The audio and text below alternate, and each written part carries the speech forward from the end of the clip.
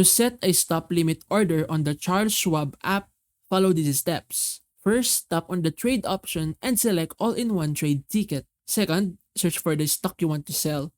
And if you own shares, the number of shares you hold will be displayed.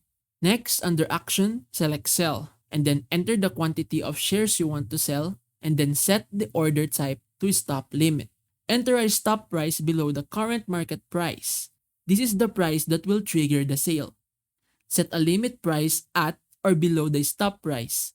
This is the lowest price you're willing to accept. Choose day only if you want the order to be active only during that trading day, or good until cancelled if you want it active for up to 60 days. Finally, click Review Order to see all the details, then confirm to place your trade. A stop limit order helps manage risk by providing more control over the price. Although during volatile conditions, the order might not be filled if the stock price drops below your limit price.